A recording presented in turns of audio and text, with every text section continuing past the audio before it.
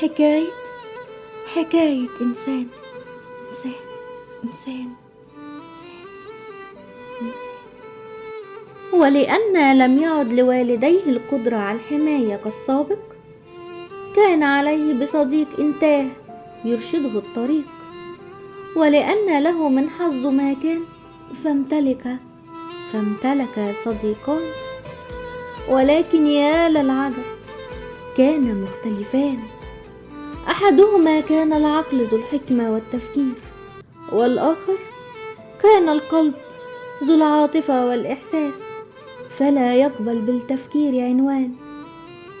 وعاش بينهما إنسان، مرة ينخدع من القلب فيعرف طعم الآلام، ومرة يعيش بالعقل مجرد من أي إحساس.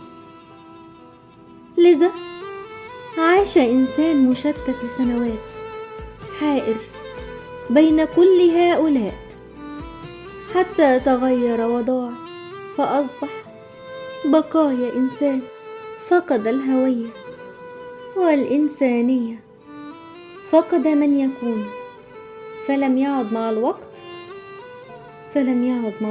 إنسان، وكان ما كان. انتظروني في الجزء القادم من حكاية إنسان.